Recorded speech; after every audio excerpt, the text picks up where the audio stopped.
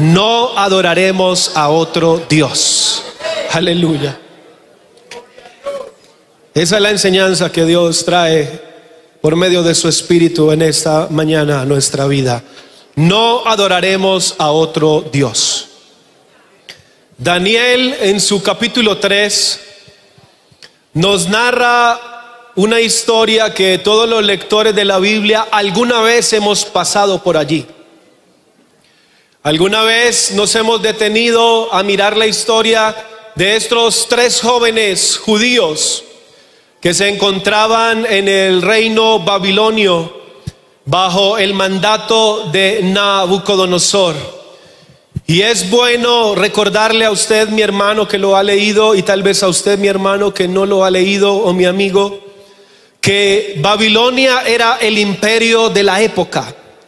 Eran el gran imperio, eran los que gobernaban, y los emperadores, los reyes de aquellos imperios de la antigüedad eran exaltados al nivel de dioses.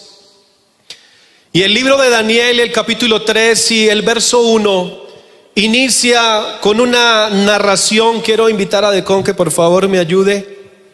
Vamos a leerlo todos. Dice Daniel capítulo 3 y el verso 1 que el rey Nabucodonosor hizo una estatua de oro cuya altura era de 60 codos y su anchura de 6 codos.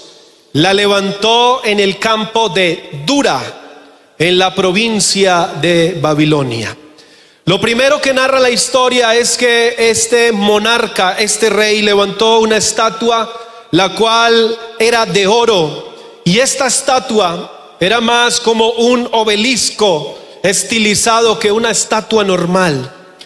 Dice que era de 60 codos, lo cual a la conversión traduce que de altura tenía unos 30 metros de altura, y en su ancho dice que eran 6 codos, lo cual representa 3 metros. Le quiero invitar a que por favor, por un momento, deje ir su imaginación e imagine, valga la redundancia, esta imagen, esta estatua que él ha levantado. 30 metros de alto, algo muy alto, creo que sobrepasa ampliamente este techo. 30 metros por 3 metros de ancho, cubierta totalmente en oro. Algunos estudiosos dicen que no era oro sólido, oro macizo, porque nadie en el universo antiguo, en el mundo antiguo, tenía todo ese oro. Algunos dicen que era con una base en madera, y la parte externa sí era cubierta de oro. Y era una forma de él mostrar su dominio, su poder. Una estatua 30 metros por 3 metros. La historia dice que Heródoto, Diodoro, Nerón y Rodas construyeron cada uno en su época estatuas, monumentos y colosos de altura similar a la que Nabucodonosor levantó, y todas ellas también en honor a sus dioses. Estos hechos históricos que acabo de mencionar nos muestran que tales imágenes no eran inusuales y que no era imposible construirlas en el mundo antiguo. Lo primero, una construcción. Lo segundo, la palabra del Señor declara de que esta estatua fue levantada en un campo que lleva por nombre Dura. Repita conmigo, Dura. El campo de Dura. Y el registro bíblico sitúa la llanura de Dura. Era un valle, era un llano, el cual se hallaba, según algunos estudiosos, relativamente cerca de Babilonia, aproximadamente a unos 10 kilómetros. Se dice que habían muchas ubicaciones a las cuales se proponía hacer la estatua, pero Nabucodonosor dijo en el campo de Dura, y Dura traduce una llanura amurallada. Es decir, vaya hermano ilustrándose, una estatua de 30 metros de alto por 3 de ancho en una llanura alrededor de murallas. Es decir, Nabucodonosor sitúa de manera estratégica dicha estatua, porque en la llanura y frente a tremenda majestad de estatua, todos la iban a poder observar. Por otra parte, había murallas alrededor, y esto no era al azar, porque el plan de Nabucodonosor estaba muy bien trazado, y esas murallas permitirían que nadie podía salir de allí sin hacer lo que Nabucodonosor tenía determinado hacer. Dele una alabanza al Señor, por favor. Daniel, el capítulo 3, continuamos en el verso 2 y el verso 3.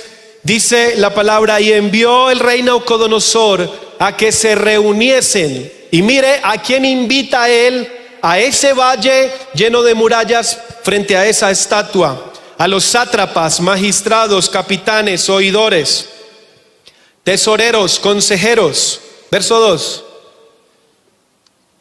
Tesoreros, consejeros, jueces y todos los gobernadores de las provincias, para que viniesen a la dedicación de la estatua que el rey Nabucodonosor había levantado. Verso 3. Fueron pues reunidos toda esa gente. Él los invita, y el verso 3 dice que se reunieron: sátrapas, magistrados, capitanes, oidores, tesoreros, consejeros, jueces y todos los gobernadores de las provincias, a la dedicación de la estatua que el rey había levantado, y estaban en pie delante de la estatua que había levantado. Ahora imagínese la escena: la estatua, el valle, las murallas, pero toda esa gente parada frente a dicha estatua. Y los sátrapas es una palabra persa que significa protector del reino. Todos los que protegían el reino de este hombre, que eran oficiales públicos, fueron plantados frente a aquella estatua. Los gobernadores de las provincias también fueron invitados, pero más que una invitación, fue una orden. Se ordenó que vinieran a la ceremonia de dedicación, lo cual significa que el rey tenía en mente el utilizar la adoración de esta imagen como una prueba de lealtad, porque llamó al círculo más cercano. Antes de llamar al pueblo, llamó al círculo más cercano, porque él quería verificar la lealtad de esa gente. Ahora aparece la orden. ¿Cuál era la orden? Verso 4 del capítulo 3. Y el pregonero anunciaba en alta voz. Ahora hay un pregonero, y ese pregonero dice: mándase a vosotros, oh pueblos, naciones y lenguas. Verso 5. Que al oír el son de la bocina, la flauta, el tamboril, el arpa, el salterio de la zampoña y de todo instrumento de música, os postréis y adoréis la estatua de oro que el rey Nabucodonosor ha levantado. Ahora aparece un pregonero y aparece una orquesta, músicos de todo tipo de músicos, con todo tipo de instrumentos. Cada vez se le van añadiendo más ingredientes a la escena planeada por el rey Nabucodonosor. Ahora ya no está solamente la estatua y el valle y los magistrados y los sátrapas, sino que ahora hay alguien que habla, un pregonero, y hay una orquesta de música, y hay una orden que en cuanto la orquesta haga sonar todo tipo de instrumentos, se tienen que postrar y tienen que adorar. Algunos de estos instrumentos musicales que menciona la palabra son difíciles de definir con precisión. Incluso algunos de esos instrumentos eran solo de la época y no los hay ahora, pero la idea es clara. Esta es una orquesta importante, pero además cuando esta orquesta toque, tienen que postrarse y tienen que adorar. Hay una orden, y la orden demanda adoración, rendición total, postrarse delante de la estatua, ni siquiera delante de Nabucodonosor, sino delante de la estatua. Pero además de la orden hay una sentencia: cualquiera que no se postre y adore, inmediatamente será echado dentro de un horno de fuego ardiendo. El mandato va respaldado por una amenaza poderosa. Nabucodonosor consideraba que el que se negase a adorar la imagen era un traidor del reino. Era alguien que no era digno de permanecer a su lado, ni digno de su confianza. Y no solamente lo consideraba como una ofensa religiosa, sino como una falta de lealtad. Y aparece otro protagonista que tal vez puede estar muy lejano a todo este valle y a todo esto que les acabo de diagnosticar y de ilustrar. Aparece un horno de fuego ardiendo. Tal vez ese horno no estaba allí en el contorno cercano de este campo de Dura. Y Nabucodonosor se dice que no era un hombre que permitiera que los que quebrantaran sus leyes se quedaran sin castigo. Para él, todo el que le faltaba a sus leyes y a sus normas era digno de un castigo. En un antiguo escrito se dice que Nabucodonosor fue alguien tan devoto a que sus normas se cumplieran, que él no descansaba de día y de noche. Hay un documento donde habla que un criminal culpable de una segunda ofensa en su reino fue decapitado, y después elaboraron una estatua de piedra con su cabeza, la cual fue mostrada como advertencia al pueblo de que eso le sucedía a todos los que desobedecían las normas de Nabucodonosor. Un hombre tirano, un hombre malo, un hombre sanguinario. Y el imperio babilónico también fue conocido por su poderío conquistador. Hubo aportes que ellos hicieron en su época en áreas del conocimiento, pero había algo que los destacaba, y es que tenían grandes avances en la construcción y el manejo de cerámica. Había un conocimiento que heredaron de pueblos antiguos, a los cuales ellos dominaron, como los asirios, y los babilonios los perfeccionaron. Los hornos de fuego tenían mucho uso en Babilonia. Fueron empleados para la construcción de las murallas que protegían la ciudad, para lo cual se usó la tierra que sacaron de un foso que se hallaba alrededor de Babilonia, el cual también servía de protección ante los ataques del enemigo. Fue con esta tierra con la que se elaboraron ladrillos que fueron cocidos en los hornos de fuego. Es decir, no era desconocido para Nabucodonosor los hornos de fuego.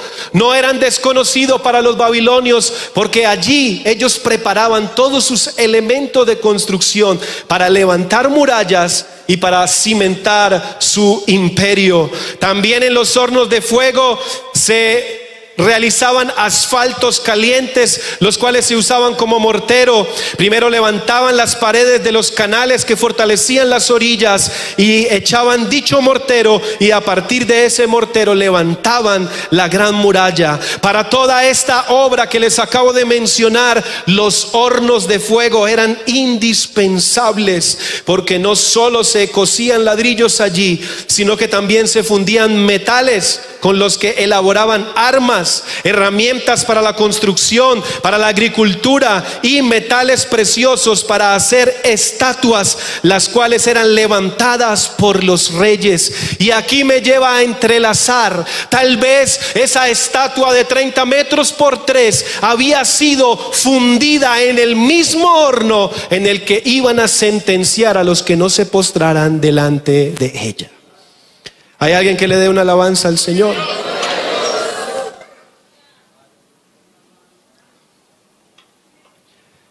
Dichos hornos tenían una función noble de crear todo lo mencionado: ladrillos, asfalto, elementos para la construcción.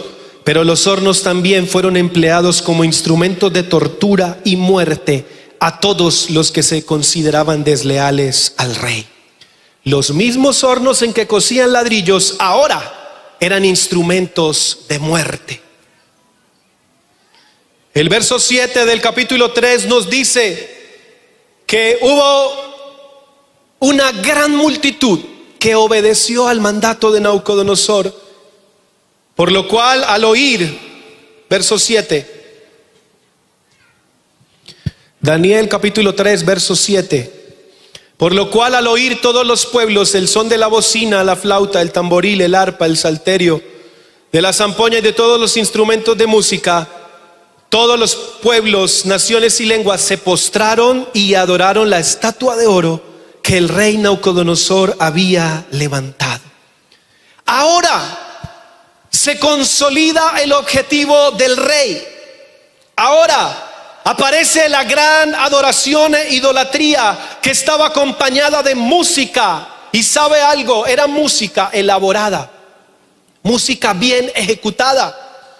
No era que llamaban a cualquiera para que viniera e hiciera, perdóneme la expresión, ruido, bulla. No, era una música bien estructurada, era una música organizada. Y esto nos recuerda el gran poder que hay inherente en la música. Y por eso, iglesia, es importante que nosotros cantemos, pero cantemos con entendimiento. Porque allí cantaban y tal vez no había entendimiento, pero de la manera que cantaban y adoraban, estaban entregando sus vidas a dioses paganos. Nosotros, mi hermano, mi amigo, cantamos, pero cantamos y adoramos al Dios verdadero. Nosotros enaltecemos, gloria al Señor, el nombre de un Dios que está vivo y que es digno de ser exaltado. Bríndele un mejor aplauso a Él, por favor.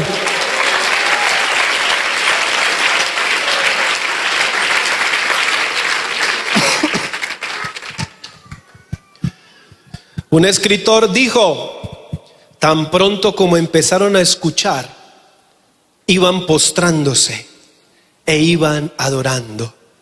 Había una obediencia inmediata y total al mandato de Nabucodonosor. Ahora aparecen los protagonistas, 3 varones hebreos, y todo está planteado. Y sabe, está planteado porque hay un tremendo desafío. Estos 3 jovencitos estaban parados frente a todo lo que les acabo de diagnosticar: una estatua, un valle amurallado, una orden del rey que consiste en adorar su estatua al sonido de la música, y por último y más trágico, una sentencia de muerte para quien no se sujete al mandato. Y la sentencia era ir a esos hornos terribles de fuego. Daniel capítulo 3 verso 8 dice: por esto en aquel tiempo algunos varones caldeos vinieron y acusaron maliciosamente a los judíos. Verso 9. Hablaron y dijeron al rey Nabucodonosor: rey, vive para siempre. Verso 10. Tú, oh rey, has dado una ley que todo hombre al oír el son de la bocina, la flauta, el tamboril, el arpa, el salterio, la zampoña y todo instrumento de música, se postre y adore la estatua de oro. Verso 11. Y el que no se postre y adore sea echado dentro de un horno de fuego ardiente. Verso 12. Hay unos varones judíos, los cuales pusiste sobre los negocios de la provincia de Babilonia, Sadrach, Mesach y Abednego. Estos 3 varones, oh rey, no te han respetado, ni adoran tus dioses, ni adoran la estatua de oro que has levantado. Aparecen 3 personajes que la Biblia menciona como Sadrach, Mesach y Abednego. Pero ¿sabe algo? Estos hombres judíos no se llamaban así originalmente. Sadrach se llamaba Ananías, Mesach se llamaba Misael y Abednego se llamaba Azarías. Pero en cuanto llegan allí a Babilonia, porque eran hombres que habían sido traídos de Jerusalén como esclavos, y recordemos que Dios los había enaltecido y los había puesto en lo más alto, porque a Dios le gusta poner a sus hijos en lugares altos. ¿Alguien dice amén a eso? A Dios le gusta poner a sus hijos en lo más alto, en lo más alto de la sociedad, en lo más alto de su trabajo, en lo más alto de su barrio, de su cuadra, y lo más importante, en lugares celestiales con Cristo el Señor. Estos hombres fueron llevados en el año 606. Y en cuanto llegan les cambian sus nombres. Pero hay algo fascinante, y es que Ananías tiene un significado. Ananías significa el Señor da gracia. Oh, qué lindo. Cuando lo llamaban Ananías, ven, estaban diciendo: ven, que el Señor te dio gracia. Misael significa ¿quién como Dios? Cuando le decían, ven Misael, estaban diciendo, ¿quién como tu Dios? Cuando llamaban a Azarías, Azarías significa el Eterno es mi ayuda. Qué honor había en esos nombres especiales, particulares, pero había algo poderoso. Y en cuanto llegan allí, pues Ananías, ya no te vas a llamar Ananías, ya el Señor no da gracia. Ese fue el mensaje que le quisieron transmitir los babilonios. Ahora te vas a llamar Sadrach, que significa iluminado de Aku, y Aku era un dios pagano. A Mesac, que se llamaba ¿quién como Dios? Ahora le cambiaron el nombre y le colocaron ¿quién como Aku? Y mire el enemigo con su artimaña cómo quiere cambiarles la identidad. Y a Abednego, que se llamaba Azarías, ahora le llaman siervo de Nebo. Es decir, su identidad quiere ser ultrajada, su identidad quiere ser cambiada, su esencia, y lo más terrible, su Dios. Ellos quieren cambiarle su Dios. Y no sabemos si estos tres jóvenes eran amigos allá en Jerusalén o se conocieron tal vez durante el viaje desde Jerusalén hasta Babilonia. Tal vez se encontraron allí en Babilonia entre los cientos de jóvenes y príncipes que venían siendo cautivos y que habían sido elegidos para ser educados en la costumbre del rey. Quizás se conocieron mirando con desaprobación cuando en el capítulo 1 se les quería obligar a comer la comida del rey, y notaron que tal vez había algo en común grande, y era que temían a su mismo Dios, y era que conocían al Dios verdadero, hermano. Y eso me entrega un mensaje poderoso, y es tan poderoso que usted y yo tenemos que acercarnos a aquellos que creen en el mismo Dios, que aman al mismo Dios que usted y yo amamos, que adoran al mismo Dios al que usted y yo adoramos.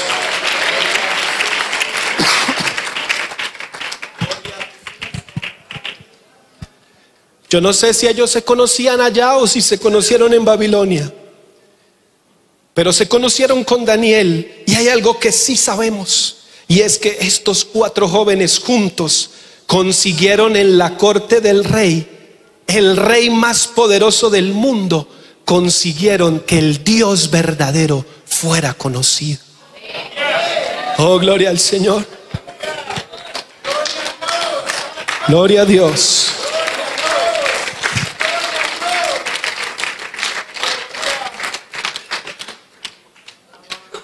Claramente el cambio de sus nombres tenía la intención de cambiar sus identidades y convertirlos en babilonios en costumbre, idioma y fe.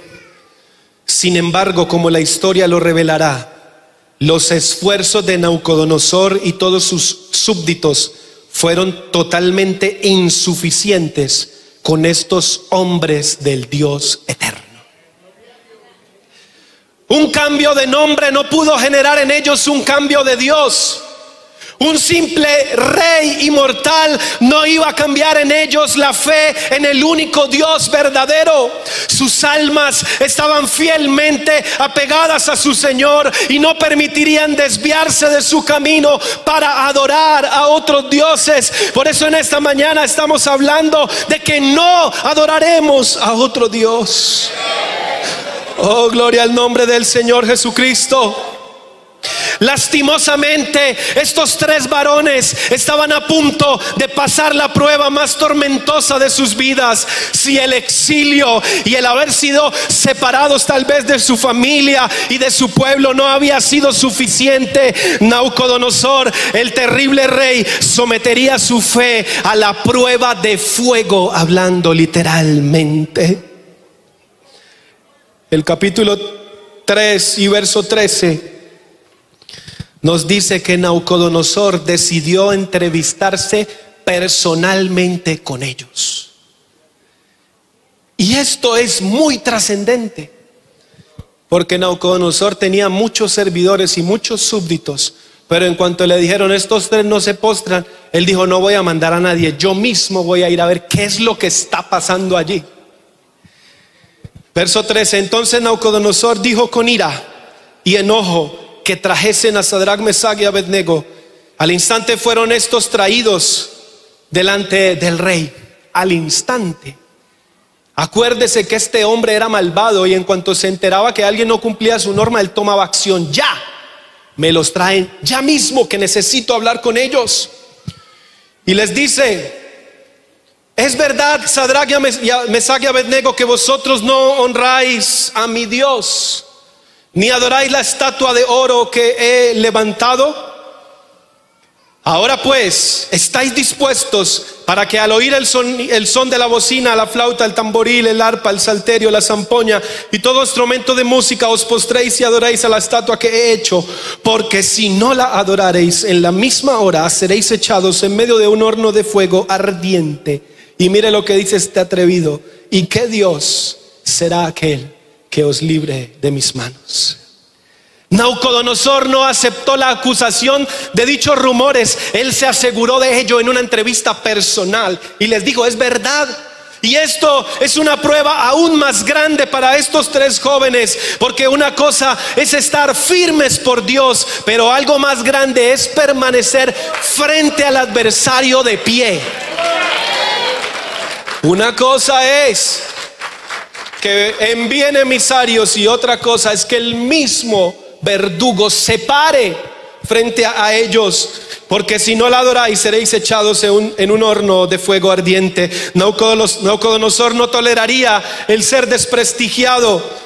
En una ocasión tan importante, su orgullo lo hizo declarar: ustedes no tendrán otros dioses sino yo. Mire lo atrevido, lo osado que es este hombre. No sabía con quién se estaba metiendo. Nos podemos imaginar la enorme presión de estos tres jóvenes para comprometerse. Todo frente a ellos: el rey, el horno, la música, sus compatriotas, sus acusadores. Todo ello conspiraba para convencerles a que se comprometan a ceder, pero Dios era más real que cualquiera de esas cosas. Gloria al nombre del Señor. El Dios que se había metido en sus vidas, el Dios que estaba en sus nombres, es mucho más poderoso y trascendente que cualquier desafío. O yo no sé si alguien ha conocido a este Dios verdadero y también se ha metido en lo más profundo de su alma, en lo más profundo de su ser, y alguien puede estar siendo desafiado tal vez a ceder a la tentación, pero este Dios que está metido en nuestra alma no nos va a dejar ceder absolutamente a nada. Gloria a Dios. Alguien que adore a Jesús, por favor, esta mañana.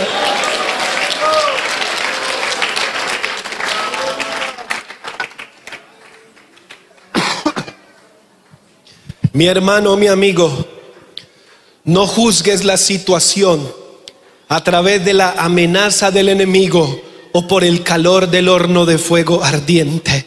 Juzga la situación por medio del Dios eterno y la vida eterna que nos espera con Él.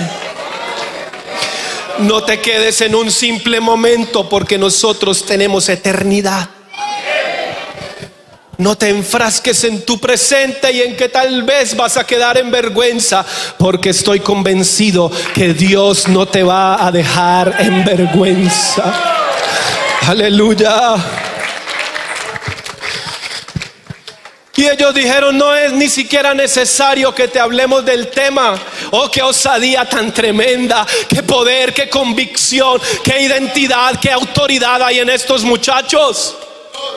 Hay un emperador sangriento, hay un horno allá siendo calentado, y ellos se paran y le dicen: no es necesario ni siquiera que le toquemos ese tema. Usted ya sabe quiénes somos nosotros. Aleluya, gloria al Señor. Lo que ellos quisieron decir: no hay ni siquiera que pensar en lo que tú dices. Para nosotros no hay una segunda opción. Obviamente preferimos ser lanzados a un horno de fuego y permanecer fieles a nuestro Dios.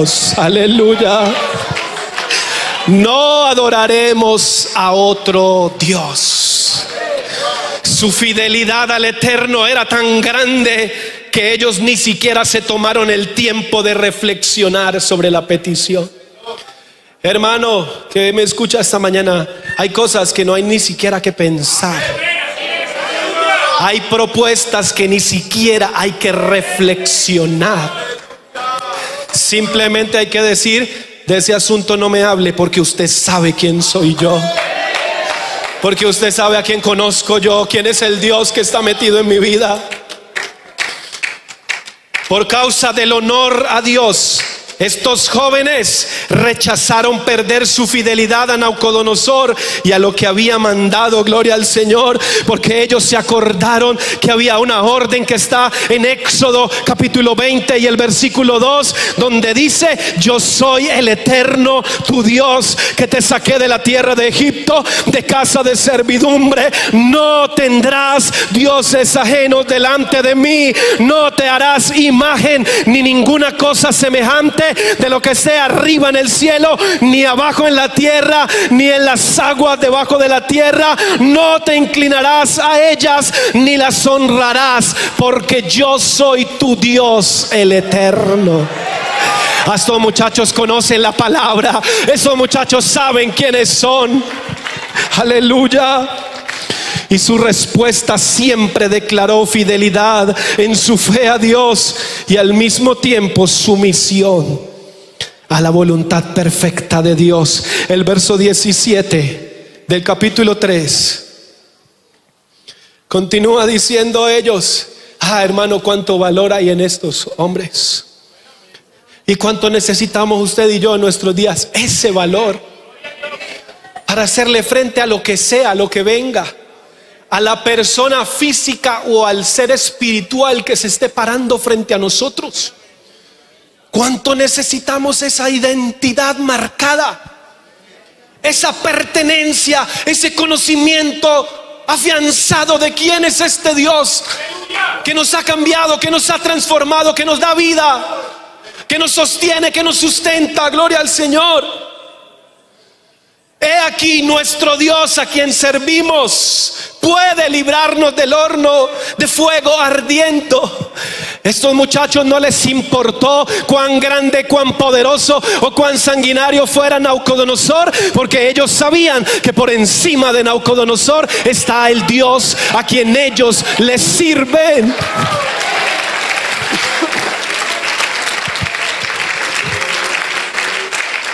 Y hay una profunda declaración y dice: de tu mano, oh rey, nos librará.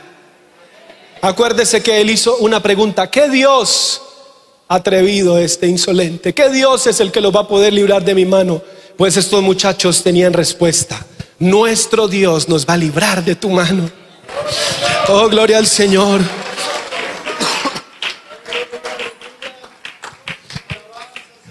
¿Sabe? Estos tres muchachos pudieran haberse mantenido ocultos, tal vez rodeando las murallas, aquí en aquel campo de Dura. Y hay algunos que tienen la intención de permanecer ocultos durante el tiempo de la guerra y salir cuando se distribuyan los premios.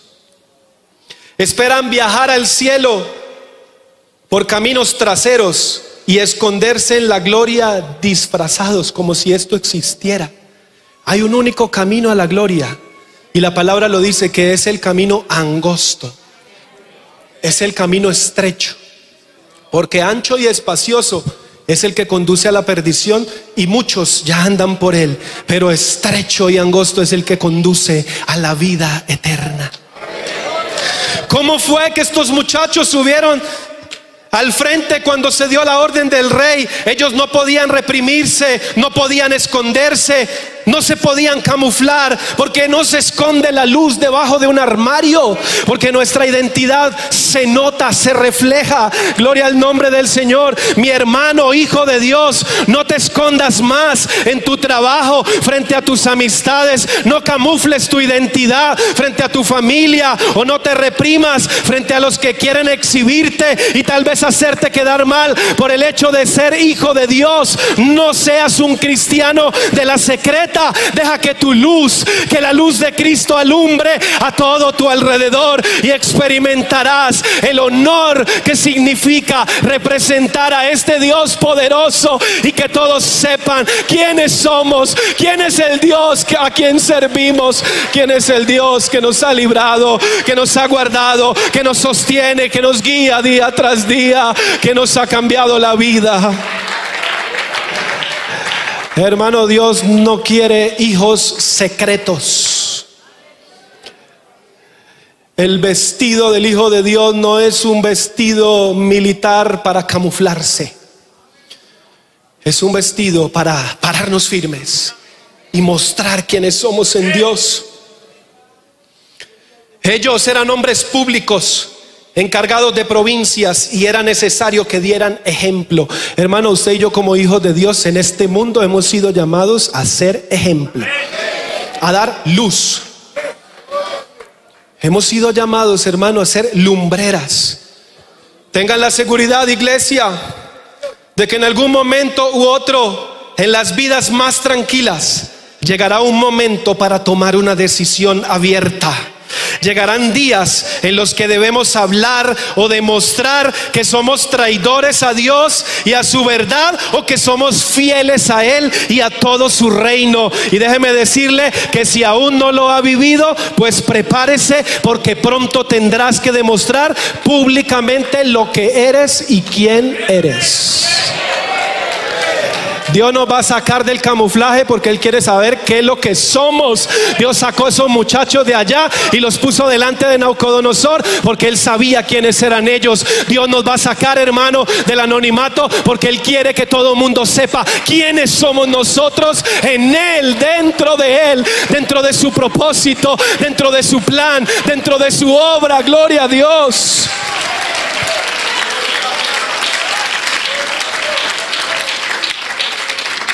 Hay gente que lleva años moviéndose en algunos escenarios en donde no saben quiénes son. Hay gente que lleva tiempo camufladita, escondida allá. Prepárese, Dios te va a sacar de allí y te va a poner a escoger, a que demuestres quién eres y a quién le sirves. El Dios de este mundo, Satanás, reclama obediencia implícita.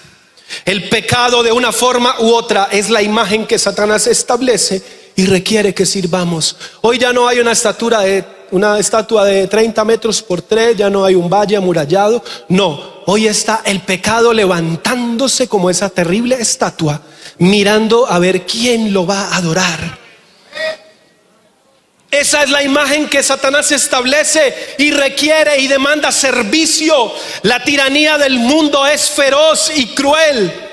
Y aquellos que no adoren su imagen, ¿a quién? Al pecado. Aquellos que no se entregan con desenfreno a todo lo que Él propone, encontrarán que el horno de fuego ardiente aún no se ha enfriado. La amenaza sigue constante y el horno parece que sigue ardiendo. La flauta, el arpa, el tamboril, la orquesta de la que estamos hablando están sonando, pero tienen que sonar en vano para los hijos de Dios. En cuanto esa música suene, nuestros oídos saben que esa música no es para postrarse y adorar, porque nosotros conocemos la verdadera adoración y la verdadera música que debe de sonar, y debemos de caer postrados delante del único y verdadero Dios.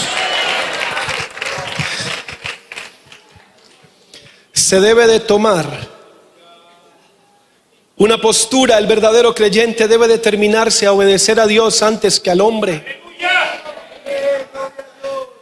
Yo hablaba unos días atrás de las presiones. ¿Cuánto cedemos a las presiones? Son 5 en el trabajo pecadores y 1 que es hijo de Dios, y los 5 están jalando para el pecado, y son 5 contra 1, y parece que nosotros nos reducimos, nos estrechamos y nos convertimos en el sexto hacia el pecado. Pero que en esta mañana Dios, por medio de su palabra, permita que alguien se levante, y no es el sexto hacia el pecado, no, es 1 alumbrando en medio de 5 y dando testimonio de un Dios verdadero, porque en cualquier momento esos 5 pueden terminar confiando en el mismo Dios al cual yo confío, adorándolo a Él también y bendiciéndolo. Iglesia, el amor del mundo y el amor de Dios no se mezclan. Son como el agua y el aceite. Intentar una fusión entre estos dos es traer confusión a la vida, es traer doblez. Gloria al Señor. Como estos tres jovencitos le dijeron a Nabucodonosor, los verdaderos creyentes también le diremos al mundo: no serviremos a tus dioses ni adoraremos la imagen que has elegido. ¿Hay alguien que pueda levantar su mano derecha y decir conmigo: no serviremos al pecado? No serviremos al pecado. Tenemos un Dios al cual sí serviremos con la mente, el corazón y el alma. Oh, aleluya, aquí está la presencia de Dios.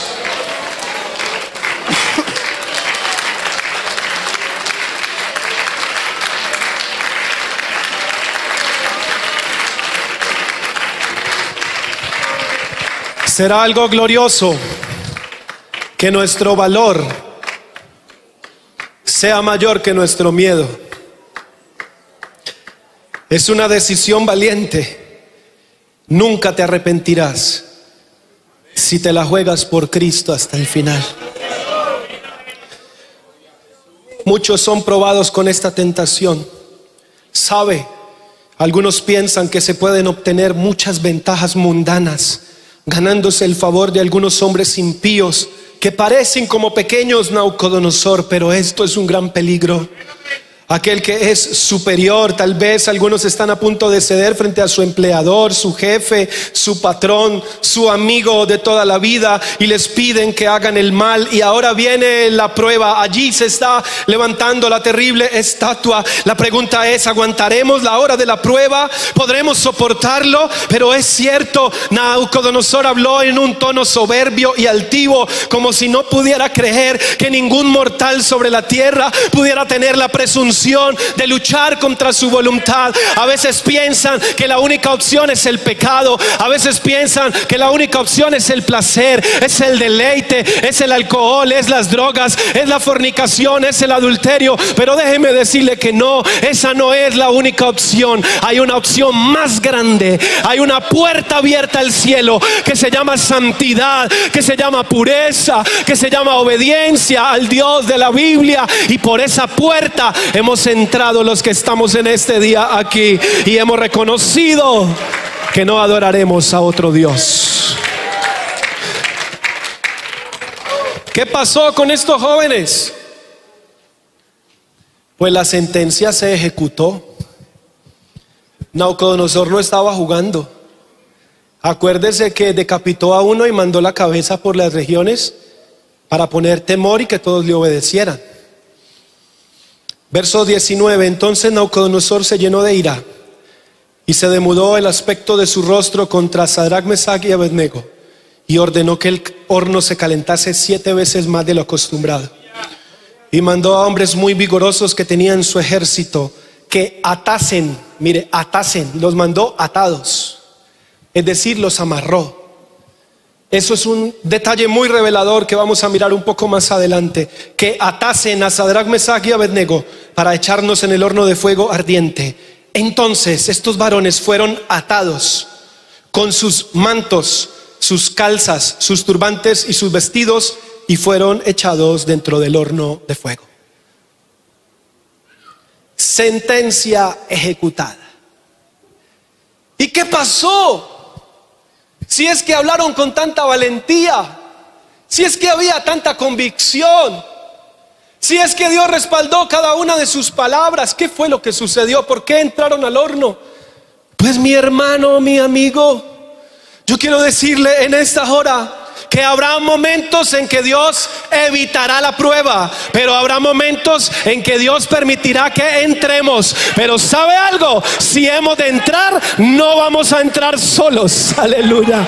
Yo no sé si alguien puede recibir esa palabra. Si estás en la prueba, no estás solo. No entraste solo. El Dios por el cual abriste tu boca y lo pregonaste como el Dios verdadero va a entrar contigo. Allí en la enfermedad Él entró contigo. Allí en la crisis económica Él está contigo. Allí en la dificultad, no te preocupes, Él está ahí. Hay garantía. Aleluya.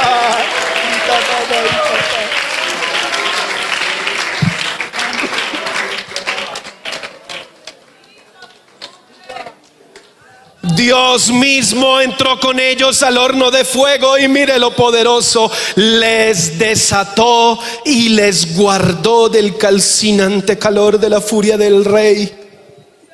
Nabucodonosor dijo: veo 4 varones que se pasean en medio del fuego. Nabucodonosor observó que los 4 estaban sueltos, pero ¿cómo así? Si fueron 3 y fueron atados, ¿por qué veo 4 y los veo sueltos?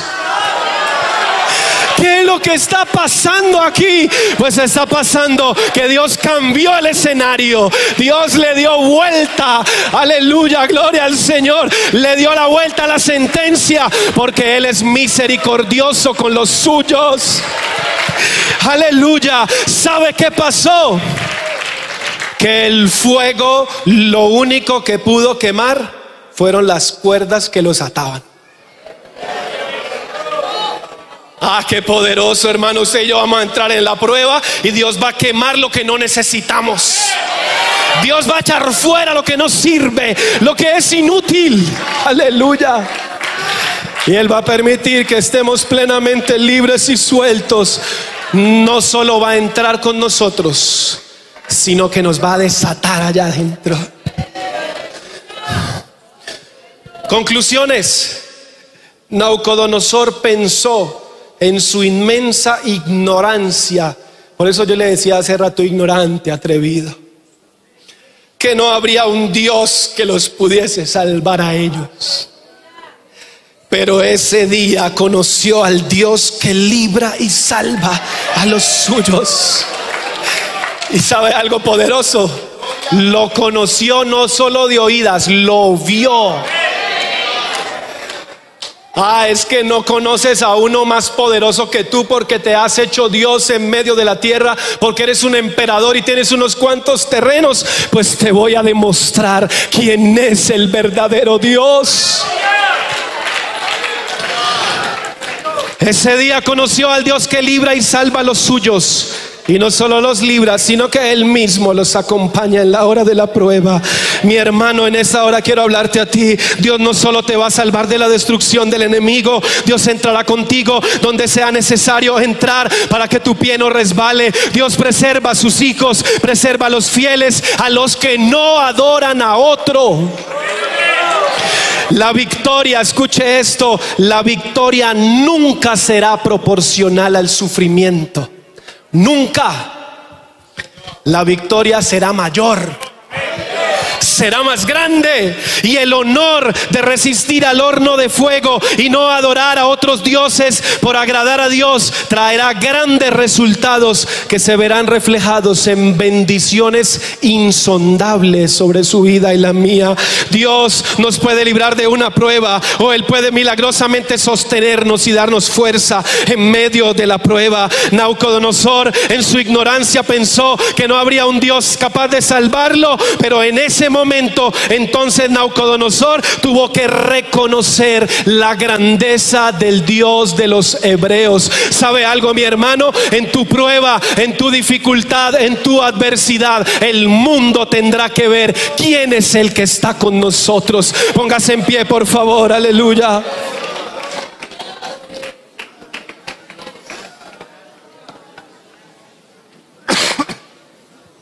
Mire cómo termina esto. Entonces Nabucodonosor dijo: bendito sea el Dios de ellos, de Sadrach, de Mesach y Abednego, que envió su ángel y libró a sus siervos que confiaron en él y que no cumplieron el edicto del rey y entregaron sus cuerpos antes que servir y adorar a otro Dios.